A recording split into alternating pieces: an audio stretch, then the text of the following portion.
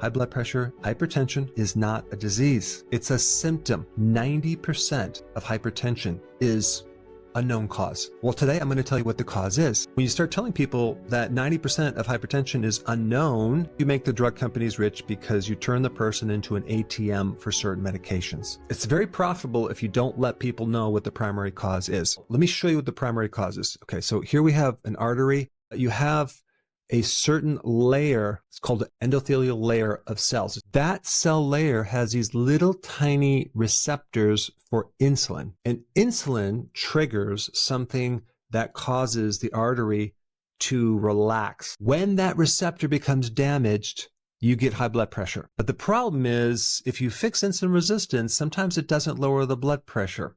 The question is why? Because when you damage that receptor, the receptor won't let insulin in anymore. Now it's really hard to regulate and relax the blood vessels. Also, insulin causes too much calcium to go inside the cells. And this is why they use calcium channel blockers. The cause is insulin resistance. That's ignored because, like I said before, 90% of hypertension is unknown cause. So that's very interesting, but let me just give you a little bit more data. There is normally supposed to be a little protective shield around that endothelium, that layer. It's kind of like something on your frying pan that is a non-stick surface. And when that substance becomes damaged, then we get damage directly to cells, and then you start having a cascade of issues where you get holes into the area, you get inflammation, calcium buildup, excess clotting. What's that little protective shield? The glycocalyx. And that glycocalyx is super vulnerable to getting damaged from too much glucose or fructose. And it's kind of weird that a sugar actually destroys sugar, but it does. So when the sugar is too high or there's too much starch, you start getting this rusting out of that layer. It's like acid rain. It goes in there, it dissolves it very quickly. And without it, you get a lot of damage inside that artery, especially hypertension. And I'm going to talk about that. But I first want to talk about some other things because insulin resistance also creates serious deficiencies of other nutrients that if you don't fix those, it's going to take a long time to get your blood pressure lowered. So I'm going to recommend a combination of two different things to fix your hypertension very, very fast. Going on a low carb diet and doing intermittent fasting. And I'm going to also put the link down below of how to do that correctly. At the same time, we want to get the blood pressure down very, very quickly. So there's several things to add to the low carb diet.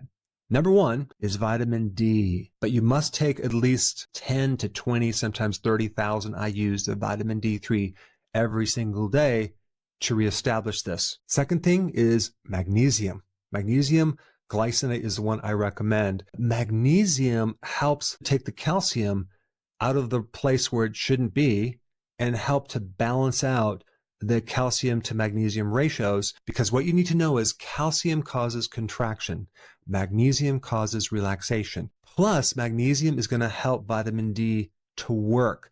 In fact, vitamin D won't work without magnesium, and magnesium won't work without vitamin D. They're both really, really important, especially with hypertension. Plus, magnesium reduces cortisol and adrenaline. Magnesium also has anti-inflammatory properties, and magnesium helps reestablish that little layer, that protective glycocalyx. The next nutrient that is important is potassium, and I would recommend taking a good amount of potassium.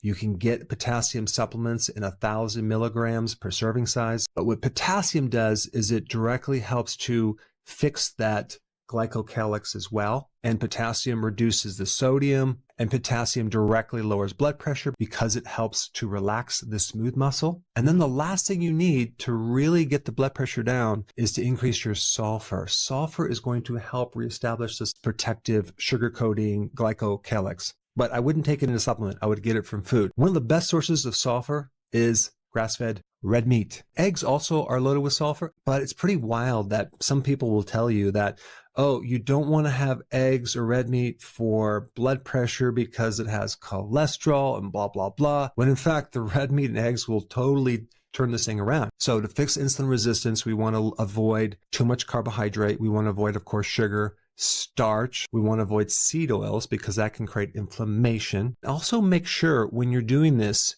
you do not have like the hidden carbohydrates. So in other words, I would really keep a food log and monitor your carbohydrates. You want to keep them really, really low without cheating for a period of time. Sometimes it takes some weeks.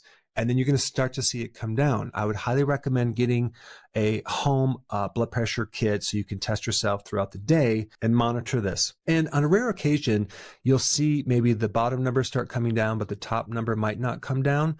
The top number is primarily a problem with the sympathetic nervous system. So sometimes you need to focus more on your stress by getting enough sleep, doing long walks, sometimes to take ashwagandha, or maybe even more magnesium before bed. I've just given you a really powerful solution for hypertension. You have to try it. Go ahead and then comment down below in the comments, and thanks for watching. Hey, before you leave, I just wanted to give you a little quick history on some of the books that I wrote. This was one of the first books. It's called Dr. Berg Body Shapes. It was my attempt at writing about body types. What was very interesting about this book is I actually did all the images myself. Don't ask me why. They look actually not quite as professional as some of the images that I have in the new book. But anyway, this is my first attempt right here called Dr. Berg's Body Shape Diets. And then I wrote a book more extensive called The 7 Principles of Fat Burning. I don't even have a copy anymore, actually, because it's outdated. The next book, I put about 1,000 hours into this one right here called The New Body Type Guide. Major updates on the body types. I put a lot of energy into this. It has professional images, graphics, all sorts of things. Now, the problem with this book is it doesn't really describe what this is really about. Body types are only a small portion of what's in this book. And that's why I changed the name to the Healthy Keto Plan, okay? If you happen to have this book, you don't really need this book because there's only very, very minor updates.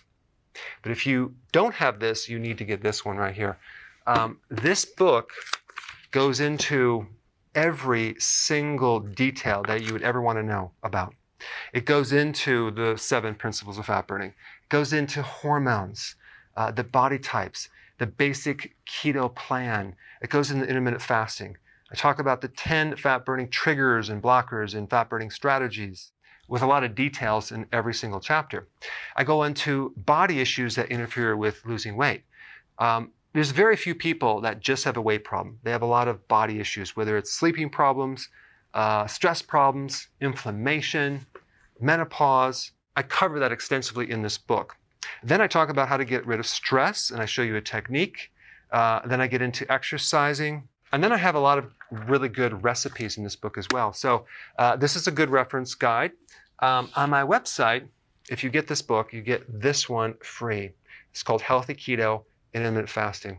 This is the shortcut, quick guide to this book. And the reason I created this book is to have you, within 45 minutes, learn how to do keto, okay, in intermittent fasting, exactly what you need to do. Then you can fill in the blanks with this book right here. So right now I'm doing a special. If you get this book, you get this one totally free, or you can go to Amazon and get these individually. So I just want to clarify the difference between this book and this updated one right here. If you don't have this, you need to get this right here. That way you can get the exact correct information to do it healthily.